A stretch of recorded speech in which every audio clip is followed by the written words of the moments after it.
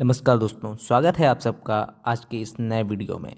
आज हम बात करने वाले हैं उत्तर प्रदेश के बहुचर्चित मुद्दे हलाल के बारे में। जी हाँ, विगत कुछ दिनों पहले उत्तर प्रदेश सरकार ने उत्तर प्रदेश में हलाल सर्टिफाइड प्रोडक्ट्स को बैन कर दिया है। जी हाँ, अब उत्तर प्रदेश के अंदर हलाल सर्टिफाइड प्रोडक्ट्स नहीं बेचे जा सकेंगे। आइए जानते हैं आखिर हलाल क्या है। हलाल एक अरबी भाषा का शब्द है जिसका अर्थ होता है अनुमति योग्य, मतलब स्वीकार्य। हलाल सर्टिफाइड का अर्थ है इस्लामी कानून का पालन करके तैयार किया गया, अर्थात मुस्लिम उपभोक्ताओं को यह भरोसा देना कि यह उत्पाद इस्लामिक कानून के तहत तैयार किया गया है, अब आप इसे प्रयोग में ला सकते हैं। आपको बता दें, इस दुनिया में लगभग 4 अरब मुसलमान हैं, जिसमें से 4 मिलियन अर्थात 40 लाख से ज़्यादा लोग अमेरिका में रहते हैं। अमेरिका में सबसे बड़े पैमाने पर हलाल सर्टिफाइड प्रोडक्ट्स बिकते हैं और यह दुनिया भर में पहुंचते हैं। यहाँ तक कि संयुक्त राष्ट्र संघ का खाद्य एवं कृषि विभाग भी हलाल फूड को इस्लामी कानून के तहत अनुमति योग्य फूड मानता है। बल्कि FAO यह भी दिशा निर्देश देता है, अगर कोई कंपनी दावा करती है यह प्रोडक्ट हलाल है तो उसे हलाल का लोगो उस पर दिखाना होगा। हलाल और हराम दोनों ही अरबी भाषा के शब्द हैं। हलाल का अर्थ जायज़ है और हराम का अर्थ इसके विपरीत निषिद्ध है। जो वस्तु मुस्लिम धर्मशास्त्रों के अनुसार निषिद्ध हो, अर्थात उन्हें हराम बताया गया है, उसे प्रयोग करने की अनुमति इस्लाम में नहीं है। और मुस्लिम धर्म ग्रंथों में जिन चीज़ों को हलाल बताया गया है, मुस्लिम उन्हें प्रयोग में ला सकते हैं। आइए अब थोड़ा विस्तार से इस्लामिक मान्यताओं के अनुसार हलाल को समझते हैं। हलाल गाइडलाइंस के मुताबिक जब जानवर को मारना होता है तो तेज़ धार वाली चाकू का इस्तेमाल गले के अग्रभाग में किया जाता है और जानवर के सिर को मक्का की तरफ रखा जाता है। दूसरा, सिर काटने वाला मुसलमान ही होना चाहिए और जानवर का वध करते समय इनकी कुछ कुरान की आयतें भी पढ़ी जानी चाहिए। अगर जानवर का वध किसी अन्य प्रकार से किया गया है तो वह खाने योग्य नहीं है, अर्थात वह इस्लाम के अकॉर्डिंग हराम है।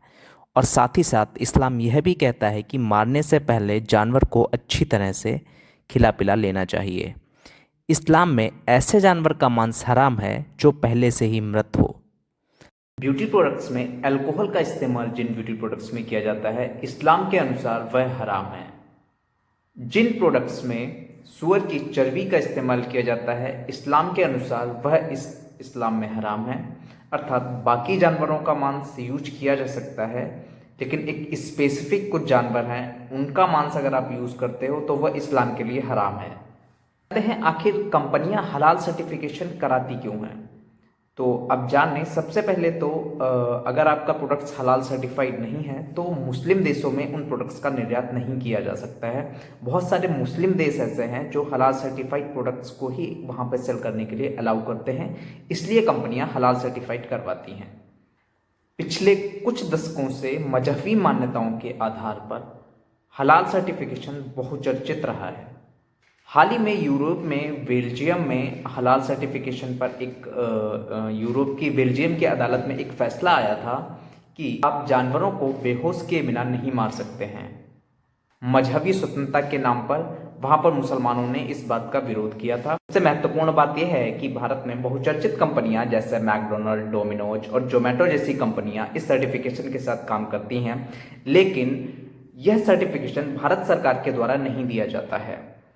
भारत में विभिन्न उत्पादों की गुणवत्ता को सुनिश्चित करने के लिए अलग अलग सर्टिफिकेट्स का प्रावधान है। जैसे सोने के लिए हॉलमार्क सर्टिफिकेट, कृषि उत्पादों के लिए एगमार्क सर्टिफिकेट, औद्योगिक वस्तुओं के लिए ISI मार्क। हलाल सर्टिफिकेशन भारत सरकार द्वारा प्रदान नहीं किया जाता है। यह सर्टिफिकेशन केवल कुछ इस्लामिक व्यक्तिगत संस्थाओं के द्वारा किया जाता है। दरअसल जो बात एक सर्टिफिकेट से शुरू होती है वह यहीं तक सीमित नहीं रहती, वह बहुत दूर तक जाती है। क्योंकि जब हलाल मांस की बात आती है तो स्वाभाविक रूप से उसे काटने की प्रक्रिया के चलते वो एक मुस्लिम के द्वारा ही कटा हुआ होना चाहिए। जाहिर है इसके परिणाम स्वरूप जो हिंदू इस कारोबार से जुड़े थे वो इस कारोबार से ही बाहर हो गए। इसी प्रकार जब हलाल सर्टिफिकेट मांस तक सीमित न रहकर रेस्टोरेंट और 5 स्टार होटल्स पर लागू होती है तो वहाँ परोसे जाने वाली हर चीज़ जैसे तेल, मसाले, चावल, दाल, सब कुछ हलाल सर्टिफिकेट पर ही होने चाहिए। और जब यह हलाल सर्टिफाइड मांसाहार रेल या विमानों में भी परोसा जाता है तो हिंदुओं और सिखों जैसे गैर मुस्लिम मांसाहारियों को भी परोसा जाता है। ये गैर मुस्लिम जिनकी धार्मिक मान्यताएं हलाल के विपरीत किसी दूसरे प्रकार के मांस की इजाज़त देती हैं, वो भी इसी का सेवन करने के लिए विवश हो जाते हैं। लेकिन इससे भी अधिक महत्वपूर्ण बात जो समझने वाली है वह यह है कि इस हलाल सर्टिफिकेट का लेने के लिए भारी भरकम रकम हमें देना पड़ता है और जो गैर सरकारी मुस्लिम संगठनों की झोली में जाती है। भारत में कई बार हलाल के नाम पर चल रहे इस काले गोरख धंधे के खिलाफ आवाज़ उठाई जा चुकी है और इसका विरोध भी हुआ है। कई दशकों से इसका विरोध चल रहा है, मगर इस बार उत्तर प्रदेश के हिंदू हृदय सम्राट योगी आदित्यनाथ जी ने पिछले शनिवार को हलाल प्रमाणित उत्पादों पर रोक लगाने का साहसिक कदम उठाया है। योगी आदित्यनाथ की सरकार ने आदेश दिया है कि वह हलाल प्रमाणित उत्पादों पर प्रतिबंध सार्वजनिक स्वास्थ्य के हित में है। हलाल प्रमाणित खाद्य पदार्थों की गुणवत्ता में भ्रम फैलाता है। योगी सरकार ने हलाल प्रमाणित उत्पादों को बेचने बनाने में बैन लगा दिया है। जिस तरह से खाद्य पदार्थों पर बेकरी उत्पाद, तेल, दुग्ध उत्पाद, पेय पदार्थों पर हलाल सर्टिफिकेशन का लेबल दिया जा रहा है, यह अनुचित है। भारत सरकार इसे प्रमाणित नहीं करती है। सरकारी नियमानुसार दवाई, चिकित्सा उपकरणों और सौंदर्य प्रसाधन से संबंधित चीज़ों पर हलाल सर्टिफिकेशन का कोई भी प्रावधान नहीं है।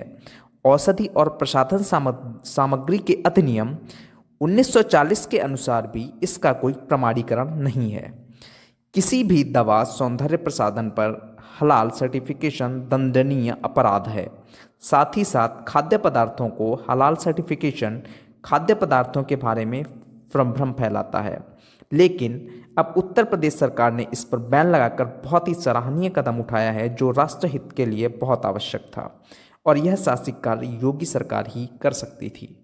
अब तक देश से निर्यात होने वाले डिब्बाबंद मांस के लिए वाणिज्य एवं उद्योग मंत्रालय के तहत आने वाले खाद्य उत्पादन निर्यात विकास प्राधिकरण को हलाल प्रमाण पत्र देना पड़ता था, क्योंकि दुनिया के अधिकांश मुस्लिम देश हलाल मांसाहारी आयात करते हैं। लेकिन यह बात जितनी साधारण दिखाई दे रही है उससे कहीं अधिक पेचीदा है, क्योंकि तथ्य यह बताते हैं कि जो बात मजहबी मान्यताओं के अनुसार पशुवध के तरीके से शुरू हुई थी, वो अब दवाइयों से लेकर सौंदर्य उत्पाद जैसे लिपस्टिक और शैम्पू, अस्पतालों से लेकर 5 स्टार होटल, रियल एस्टेट से लेकर हलाल टूरिज्म और तो और आटा, मैदा, बेसन जैसे शाकाहारी उत्पादों तक के लिए हलाल सर्टिफिकेशन पर पहुंच गई है।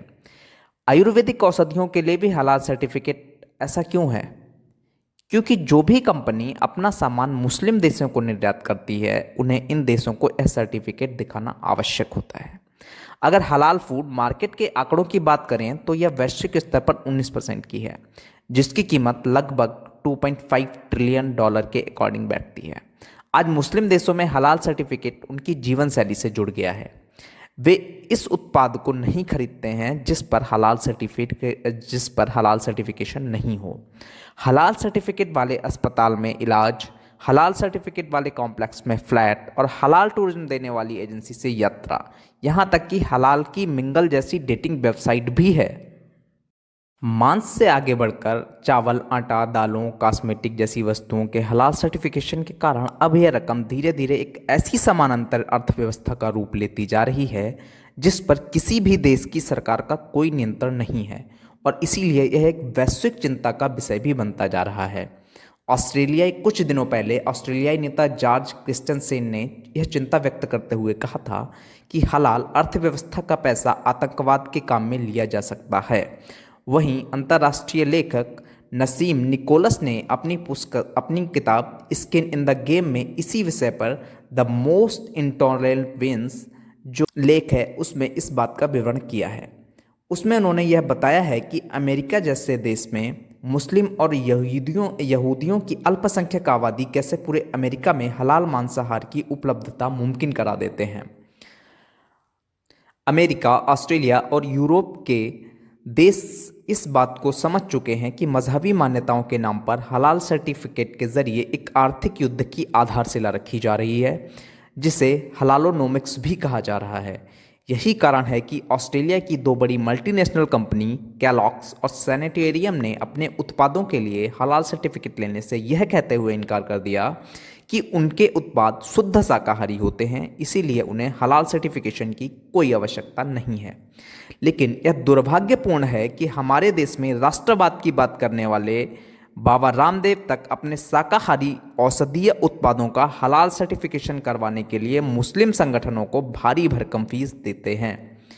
जब कारोबारी नफा नुकसान के आगे एक योगी की देशभक्ति कमजोर पड़ जाती है तो फिर एक आम आदमी की बिसाती क्या। आज के युग में जब युद्ध हथियारों के बजाय अर्थव्यवस्थाओं के सहारे खेला जाता है तो योद्धा देश की सेना नहीं, देश का हर नागरिक होता है। इजरायल इसका सबसे बड़ा उदाहरण है। इसीलिए हलाल के नाम पर एक आर्थिक युद्ध की घोषणा तो की जा चुकी है। चुनाव जब आपको करना है तो इस युद्ध में सैनिक बनना है या फिर मूक दर्शक, फैसला आपका है। जय हिंद, जय भारत।